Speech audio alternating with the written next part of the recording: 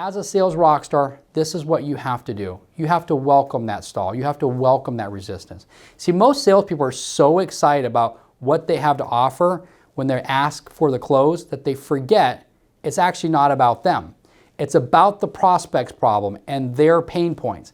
The stall at the end of the performance should be viewed as an opportunity to actually end up working together closely and looking at the problem and not the solution.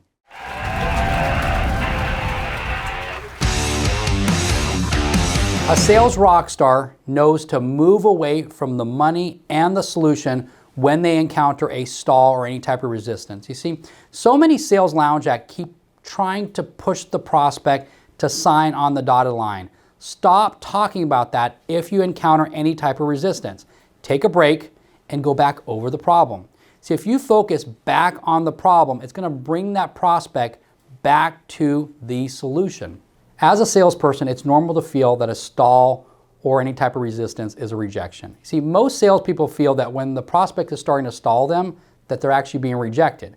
That's a normal feeling because you put so much time and effort into that relationship with the prospect.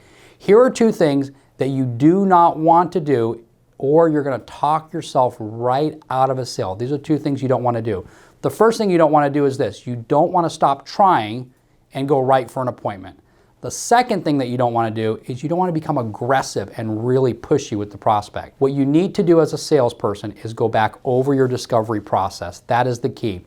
Just remain calm and go back over the discovery process that actually led you to uncover the problem here together.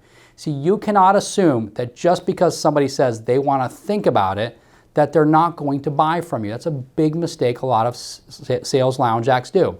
It's okay when a prospect has a stall or any type of objection and did not just hang up the phone with you. That means that they're still engaged in that conversation with you. You must appeal to the prospect's emotion during any type of resistance. So you must appeal to their emotions by showing that you are the solution to their problem. So you remember, we assume that people will make rational decisions, but they make irrational decisions. People actually buy with their heart and then rationalize it with their brain.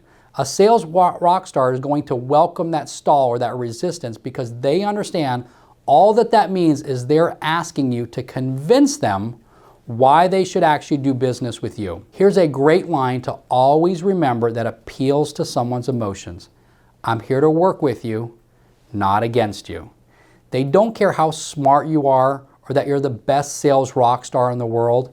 You must make it all about the other person. The most common sales objection at the end of the phone call is something like this.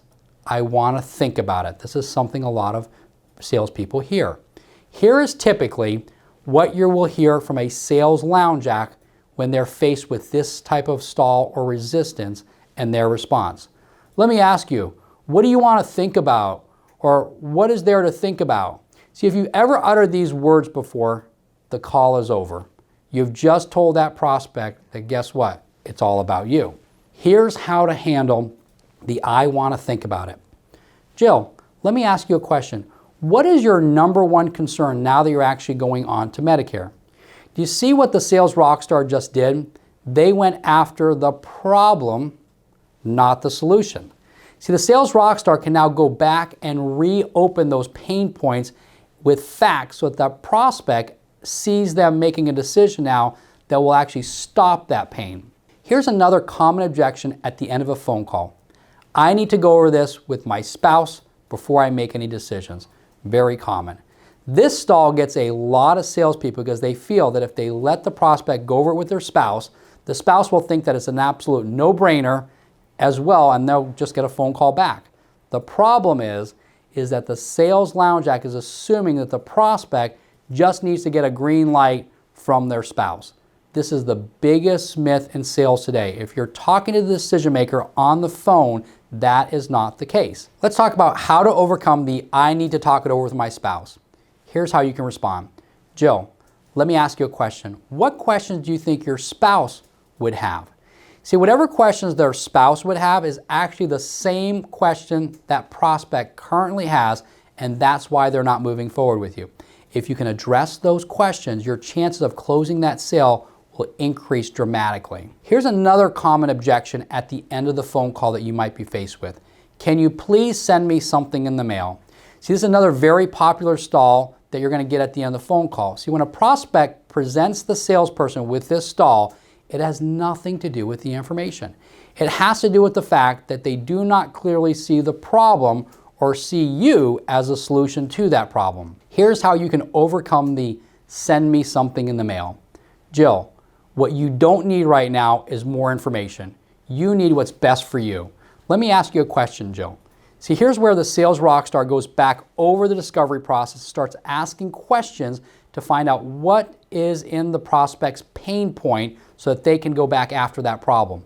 Whenever you encounter a stall or resistance like this, always get off that salesy closing tactic because it's just going to anger the prospect. Get off of the money and the sale and go back over the problem with the prospect. Here's another suggestion. Stay away from the word why. See, when it comes to asking the prospect questions, stay away from that word why. The word why sometimes has a negative reaction and can come across as condescending to the prospect. See, when we were kids, the word why is something that we say out of curiosity. Daddy, why is the sky blue?